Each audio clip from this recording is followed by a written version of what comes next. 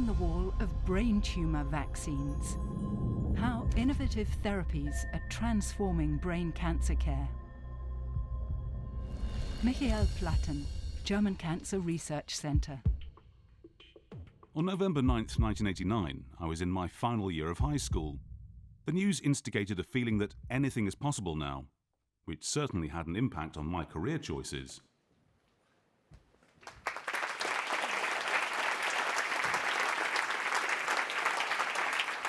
Thank you very much, and good evening. What an honor.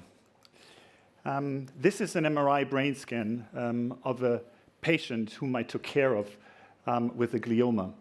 At that time, a young college student. You can see he was had a scarring from the operation. He was fully functional, but you can see in the frontal lobe the clouding, indicating that this is a progressive tumor. This is the MRI scan about 6 months later. At that time, the tumor had occupied large parts of his brain. He was incapable to perceive speech, to produce speech, and also incapable of coordinating the right side of his body. It's fates like this that motivate us every single day to break down the walls for glioma immunotherapy. Why vaccines? Let's briefly recapitulate how vaccines work. We've all become experts during the COVID pandemic in how vaccines work. We know that they are injected in the skin or in the muscle to mimic a viral infection. We know that there are different types of vaccines, starting from DNA to RNA, viruses, or even peptides. We probably know that the reason these vaccines work is that they are taken up by antigen-presenting cells, and then the antigen mimicking a viral infection is presented to T cells that recognize this antigen with their T cell receptor. And what then happens, it kicks off an immune response. These T cells proliferate, they circulate in our bloodstream with the hunt for an infected cell that is then killed with the help of B cells that produce antibodies. And such T cells are many. We have a unique set, each and every one of us, of about 10 to 11 different T cells, with about 10 to the 9 different T cell receptors. And these are programmed, these are educated to recognize everything that is foreign in our body. And this can be an infected cell, this can also be a cancer cell, a transformed normal cell. And I always compare these T cell receptors to the winged keys. I don't know how many of you have watched or read Harry Potter's Philosopher's Stone, where Professor Flitwick set up this magic cave of all these flying winged keys, and it was Harry Potter's task to catch the right key. So what vaccines need to do is they need to activate the correct keys to unlock the right cell. Let us also briefly revisit how cancers originate. Well, often they originate from so-called driver mutations. So what are these? These are essentially writing errors in the genetic code of our cells. And if they happen at the wrong place, they result in an altered protein with an altered function.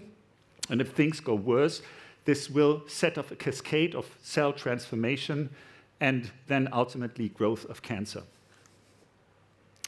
Now, the problem is that this is only the beginning. Oftentimes, and regularly, there are secondary mutations, mutations 2 and 3. So we end up with a tumor with ever-growing subclones. And this makes these tumors so difficult to treat. And I compare this with a hydra with ever-growing heads in the Greek mythology.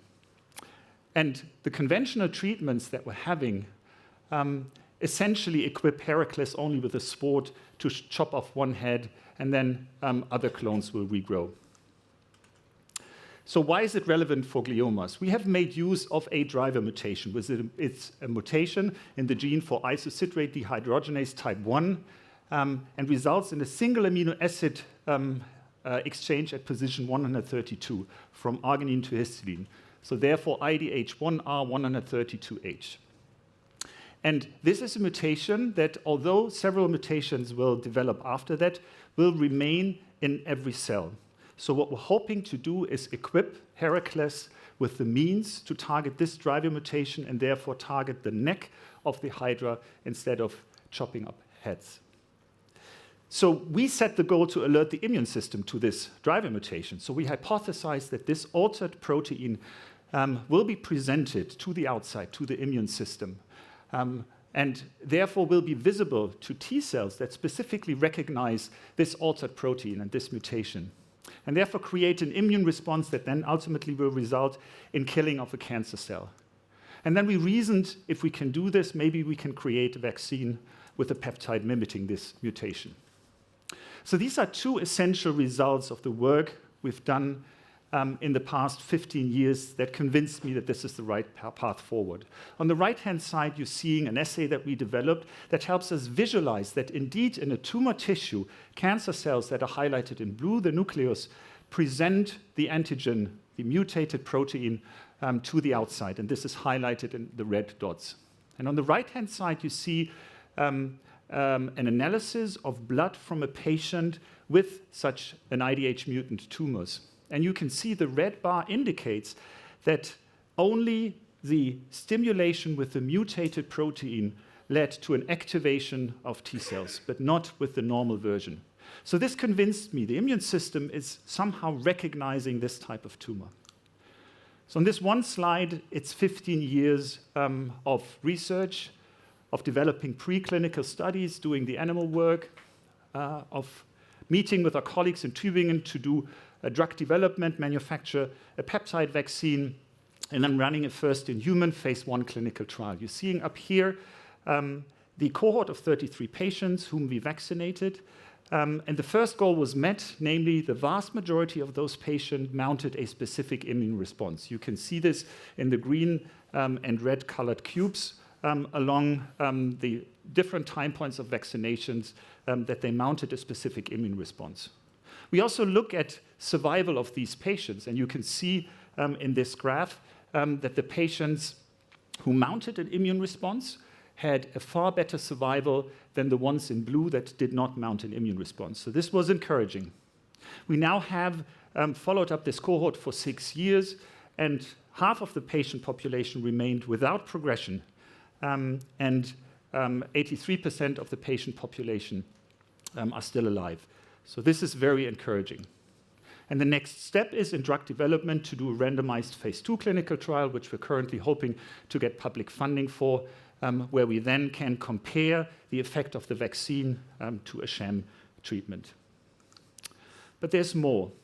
We always ask ourselves, what does the success mean for each individual patient? By now, you're an expert in reading MRIs, so you can help me interpret these MRIs. These are taken from a young mother that was referred to us from Berlin with a particularly aggressive type of glioma with a median overall survival of about 9 months. The left image shows the situation immediately after the resection and the radiotherapy, and then we started the vaccine, and you can see in the middle the white contrast enhancement that reflects inflammation that we created with the vaccine. And we wanted to create this inflammation in the tumor because this removes the tumor cells. And then on the right-hand side, you see that following this inflammatory response, the tumor went into remission, and the patient is still alive and well to date, and we started to vaccinate her in 2019. So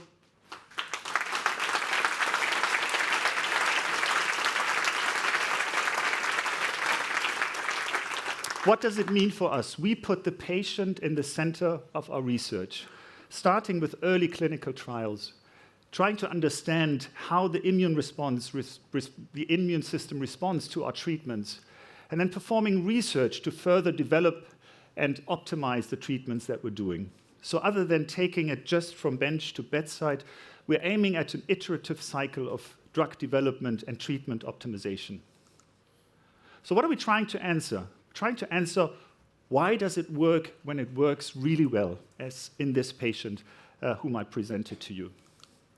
So we're collecting blood, we're collecting tissue from the patients whom we treat, and we're trying to identify the activated T cells in vaccinated patients. We're doing so by sequencing, so decoding the genetic code of each individual T cell to understand their makeup and to decode their T cell receptors, sort of as a fingerprint.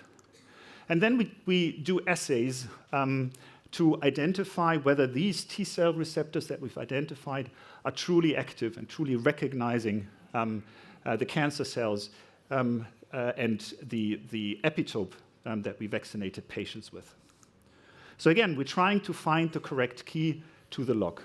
And we're doing so in sort of a 384 microwell plate system. So imagine this audience, it's about right. It's a 384 well microplate system. So we're trying to identify the key. So now I need your help. I need you to reach underneath your chair and look whether there's a key. You can also look under the cushion that you're sitting at. Sometimes the key is on the floor, and sometimes the key is stuck underneath your seat. So most of you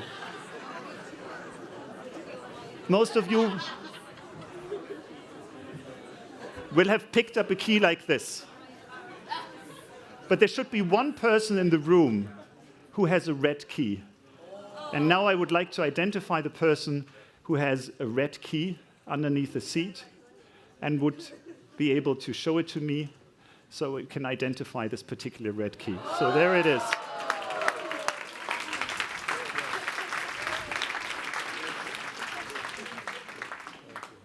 Thank you very much. Thank you very much for your help.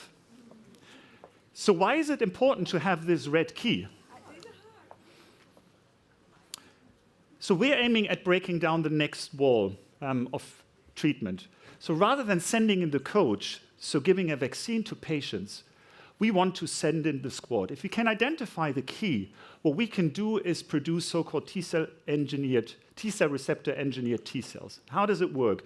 We take blood from patients, isolate the T cells.